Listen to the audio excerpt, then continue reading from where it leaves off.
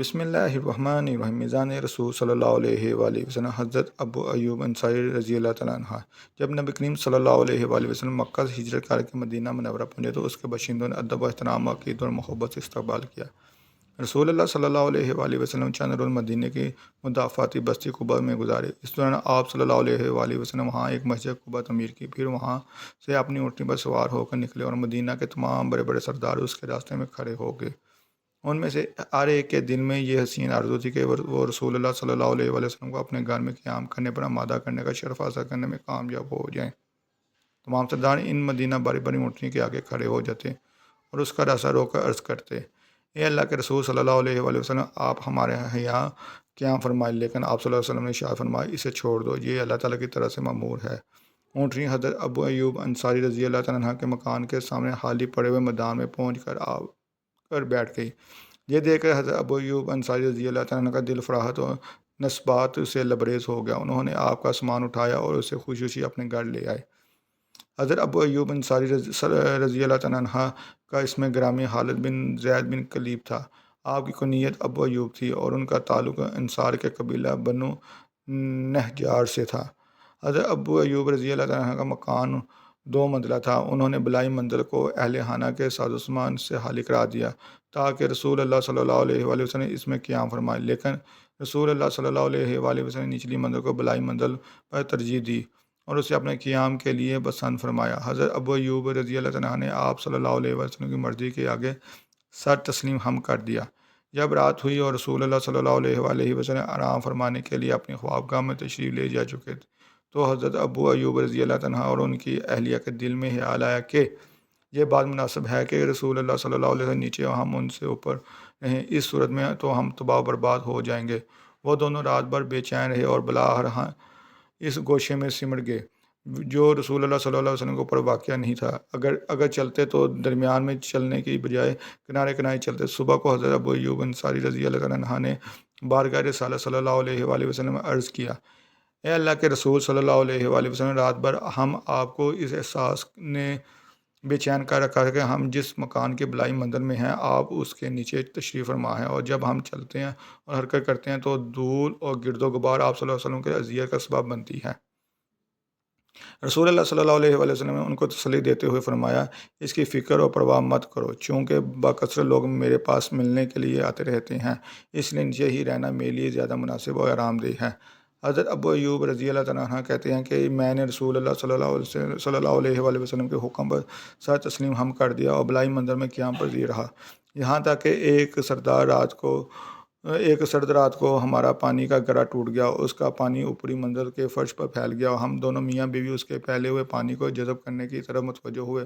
اس وقت ہمارے پاس صرف ایک ہی کمبل تھا جس کو ہم لحاف کے طور پر استعمال کرتے تھے، اس خوف سے کہ کہیں یہ پانی نیچے ٹپک کر رسول اللہ صلی اللہ علیہ وآلہ وسلم کے باعث پریشانی بن جائے۔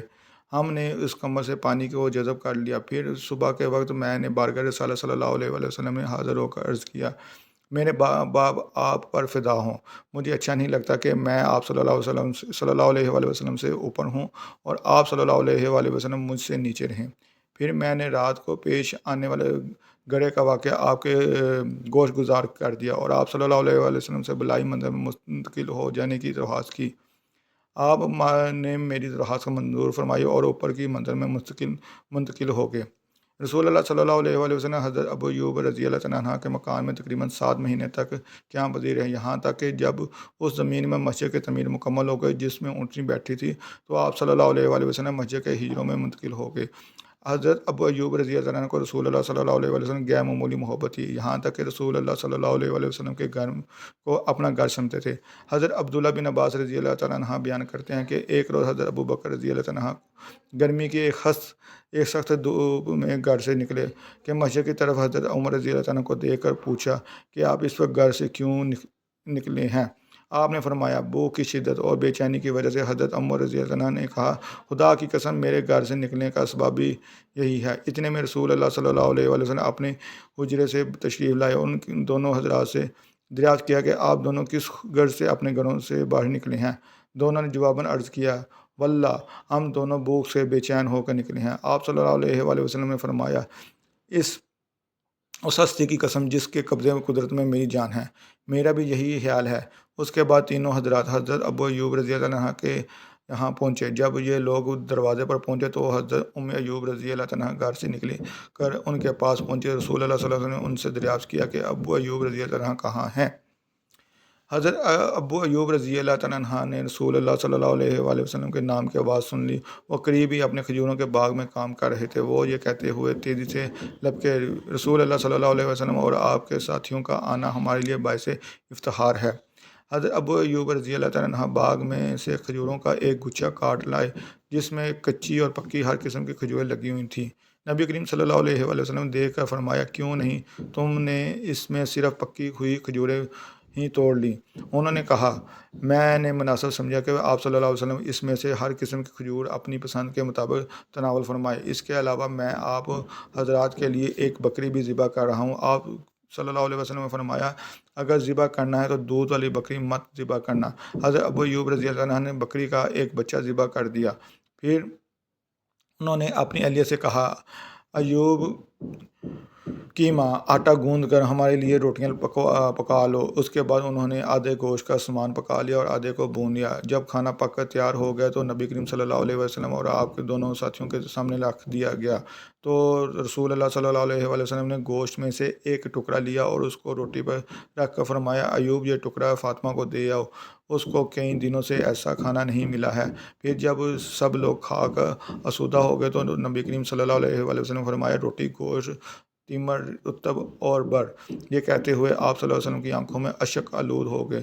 پھر ارشاد فرمایا، قسم اس ذات کی جس کے ہاتھ میں میری جان ہے، یہی وہ نعمت ہے جس کے متعلق قیامت کے روز تم سے سوال کیا جائے گا۔ جب دوسرے دن حضرت ابو ایوب رضی اللہ عنہ نے رسول اللہ صلی اللہ علیہ وآلہ وسلم کی خدمت میں حاضر ہوئے تو آپ صلی اللہ علیہ وسلم نے ان کو ایک لونڈی جو آپ صلی اللہ علیہ وسلم کی خدمت میں کیا کرتی تھی یہ کہتے ہوئے عنایت فرما دی۔ ابو ایوب رضی اللہ عنہ نے اس کے ساتھ حسن سلوک سے پیش آنا یہ جب تک ہمارے یہاں رہی، ہم نے اس میں سوائے خیر کے کچھ نہیں دیکھا۔